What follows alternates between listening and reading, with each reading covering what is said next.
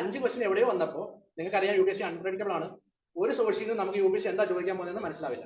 Even എന്താണ് അടുത്ത വർഷത്തെ നമ്മുടെ സ്ട്രാറ്റജി അല്ലെങ്കിൽ എന്താ പറയാ അവരെന്താ പറയാ അടുത്ത വർഷത്തെ സിലബസ് അവരെങ്ങനെ ചേഞ്ച് ആക്കുന്നു അല്ലെങ്കിൽ ക്വസ്റ്റിന്റെ പാറ്റേൺ എങ്ങനെ ചേഞ്ച് ആക്കുന്നു പോലും നമുക്ക് പറയാൻ പറ്റും. അപ്പോ ഈ പിയർ പ്രഷർ പൊതുവെ ഉണ്ടാവും. നിങ്ങൾ റീഡിംഗ് റൂം ഉപയോഗിക്കുന്നതാണെങ്കിൽ പിന്നെ ആക്ച്വലി നിങ്ങൾ തൊട്ടപ്പുറത്ത് നോക്കുമ്പോൾ ഒരാൾ വേറെ സോഴ്സ് വായിക്കുന്നു. അപ്പൊ ഈ സോഴ്സ് വായിച്ചില്ലെങ്കിൽ എനിക്ക് കിട്ടില്ലേ, അല്ലെങ്കിൽ ഈ സോഴ്സ് വായിച്ചാൽ മാത്രമേ എനിക്ക് കിട്ടത്തുള്ളൂ എന്നൊരു സംശയം ഡെഫിനറ്റ് ആയിട്ട് ഉണ്ടാവും. അതാണ് ഞാൻ പിയർ പ്രഷർ എന്നുകൊണ്ട് ഉദ്ദേശിച്ചത്.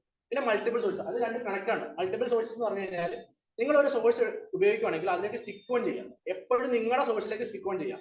എല്ലാവർക്കും പറ്റുന്നത് എന്താന്ന് പറഞ്ഞു കഴിഞ്ഞാൽ സോഴ്സസ് ഇൻഫർമേഷൻ കൂട്ടാൻ വേണ്ടി സോഴ്സസ് കൂട്ടാൻ നോക്കും. അതും ഇല്ല ഇതും ഇല്ലാത്ത അവസ്ഥയാവും. അപ്പൊ നിങ്ങൾ എന്താണ് ഉപയോഗിക്കുന്നത്, നിങ്ങൾ ഒരു സോഴ്സ് എടുക്കണം എന്നുണ്ടെങ്കിൽ നിങ്ങൾക്ക് പറ്റിയ ഒരു സോഴ്സ് ആയിരിക്കും നിങ്ങൾ എടുക്കുന്നത്. അല്ലാതെ നിങ്ങൾക്ക് വായിക്കാൻ പറ്റാത്ത ഒരു സോഴ്സ് അല്ലെങ്കിൽ ലൈബ്രറിയിൽ പോയിട്ട് ഇത്രയും വലിയൊരു ബുക്ക് ഒന്നും നിങ്ങൾ എടുക്കുമെന്ന് എനിക്ക് തോന്നുന്നില്ല. സോ നിങ്ങൾക്ക് എപ്പോഴും നിങ്ങൾ കംഫർട്ടബിൾ ആയിട്ടുള്ള ഒരു സോഴ്സ് ആയിരിക്കും എടുക്കുന്നത്. സോ അതിൽ സ്റ്റിക്ക് ഓൺ ചെയ്യാം. ഇനി ഒരു 3-4 മാസമേ ഉള്ളൂ. സോഴ്സസ് ഇട്ട് ചേഞ്ച് ചെയ്ത് കളിക്കാതിരിക്കുക. അത് പറയാൻ കാരണം അത് ചെയ്ത ആളാണ് ഞാൻ. ലാസ്റ്റ് 3 മാസത്തിൽ ഫുള്ളി കമ്പൈനേഷൻ മാറ്റി.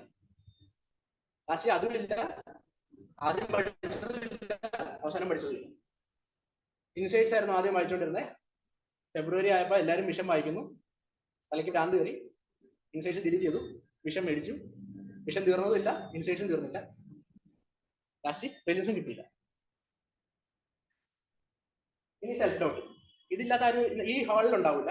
എല്ലാ ദിവസവും PTS ചെയ്യുമ്പം, പുസ്തകം വായിക്കുമ്പം, എഴുതുമ്പം അല്ലെങ്കിൽ മോക്ക് എക്സാം എഴുതുമ്പോൾ ഒരിക്കലെങ്കിലും ഈ സാധനം ഉണ്ടാവും. സോ ഈ സാധനം കുറച്ച് നാളത്തേക്ക് മാറ്റി വെക്കുക.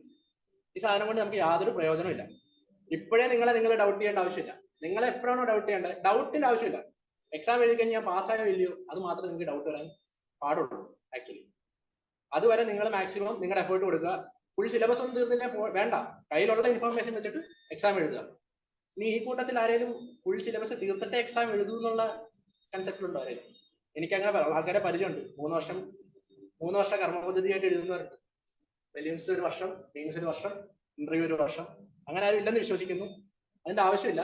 നിങ്ങൾ എന്താണോ പഠിക്കുന്നത് അതിന് മാക്സിമം നിങ്ങളുടെ എഫേർട്ട് കൊടുക്കുക. നിങ്ങൾക്ക് എത്രയും പഠിക്കാൻ പറ്റുമോ അത്രയും ചെയ്യുക. ഈ UPSC എക്സാമിന് ചോദിക്കുന്ന മിക്ക ക്വസ്റ്റ്യൻസും നിങ്ങളുടെ കയ്യിലുള്ള ഇൻഫർമേഷൻസ് വെച്ച് നിങ്ങൾക്ക് സോൾവ് ചെയ്യാം. നിങ്ങൾക്ക് ഒരു പർട്ടിക്കുലർ ഇൻഫർമേഷൻ തന്നെ വേണമെന്നില്ല. ഇതിന്റെ ആകെയുള്ള പ്രശ്നം എന്ന് വെച്ച് കഴിഞ്ഞാൽ ആ പർട്ടിക്കുലർ മൊമെന്റിൽ നമ്മുടെ തലയ്ക്ക് ഒരുപാട് പ്രശ്നം ഉണ്ടാവും. ടൈം മാനേജ്മെന്റിന്റെ പ്രശ്നം ഉണ്ടാവും, കണ്ടന്റിന്റെ പ്രശ്നം ഉണ്ടാവും. അപ്പൊ നിങ്ങൾ ആ സമയത്ത് നിങ്ങളുടെ പ്രസൻസ് ഓഫ് മൈൻഡ് എത്രത്തോളം വർക്ക് ചെയ്യുന്നു എന്നുള്ളതാണ്. ആ എക്സാം ഹോളിൽ ഇരിക്കുമ്പോൾ നിങ്ങളുടെ കയ്യിലുള്ള ഇൻഫർമേഷൻ, ആ ക്വസ്റ്റിനോട് റിലേറ്റ് ചെയ്തുള്ള ഇൻഫർമേഷൻ വെച്ചിട്ട് നിങ്ങൾക്ക് ആ ക്വസ്റ്റ്യൻ എങ്ങനെ ചെയ്യാം അത് സിമ്പിൾ ആയിട്ട് ഞാൻ പറഞ്ഞുതരാം. ഞാൻ ഇപ്പൊ ഈ മൊമെന്റിൽ ഉണ്ടാക്കിയ ക്വസ്റ്റ്യൻ ആണ്, അല്ലാതെ ഞാൻ നേരത്തെ പ്ലാൻ ചെയ്തൊന്നുമില്ല. ഡയറക്റ്റ് ചിലപ്പോൾ നിങ്ങൾക്ക് ഡയറക്റ്റ് ആൻസർ അറിയായിരിക്കും. കൊൽക്കത്ത ആയിരുന്നു ആദ്യത്തെ ബ്രിട്ടീഷ് ക്യാപിറ്റൽ എന്ന് എല്ലാവർക്കും അറിയാമെന്ന് വിശ്വസിക്കുന്നു. കൊൽക്കത്തയിൽ നിന്ന് ഡൽഹിയിലേക്ക് ഒരു വൈസ്രോയി ആണ് ക്യാപിറ്റൽ മാറ്റുന്നത്. അപ്പം അത് ഏത് വൈസ്രോയി ആണ് നിങ്ങളോട് ക്വസ്റ്റ്യൻ ചോദിക്കുക. Canning, Hastings, Curzon, Hardinge. 4 option. Canning, Hastings, Curzon, Hardinge. ഇത് ഡയറക്റ്റ് ഉത്തരം അറിയാവുന്നവരുണ്ടാവാം. അറിയത്തില്ലെങ്കിൽ നിങ്ങൾ എങ്ങനെ ചെയ്യും? നിങ്ങളൊന്ന് ആലോചിച്ചോ. എന്താണ് ഇതിന്റെ ഒരു ട്രിക്ക്? റാൻഡം ക്വസ്റ്റ്യൻ ആണ്. നിങ്ങൾക്ക് എന്ത് വേണമെങ്കിലും പറയാം. മണ്ടൻ ഉത്തരം എന്നൊരു സാധനം ഇല്ല ഈ സെഷനിൽ. നിങ്ങൾക്ക് എന്ത് വേണമെങ്കിലും പറയാം. തെറി ഒഴിച്ചു എവിടെ ആരെങ്കിലും അറ്റംപ്റ്റെങ്കിലും ഡയറക്റ്റ് ഫാക്ച്വൽ ആയിട്ട് മോഡേൺ ഇന്ത്യ പഠിച്ചു തീർന്നവർക്ക് അങ്ങനെ വേണമെങ്കിലും ഉത്തരം പറയാം. അതും ഒരു സ്ട്രാറ്റജിയാണ് ഫാക്ട് പഠിക്കുക എന്നുള്ളത്. ഇത് എല്ലാവർക്കും പറ്റില്ല, അതുകൊണ്ടാണ് ചോദിച്ചത്. അറിയാമോ? അറ്റംപ്റ്റ് ചെയ്യണം. ആക്ച്വലി ഞാൻ പറയാം. ആക്ച്വലി ഇത്ര നോക്കിയാൽ മതി. ഇതിൽ പറഞ്ഞിട്ട് ക്വസ്റ്റ്യൻ ഒക്കെ എന്താ എഴുതിയേക്കണേ?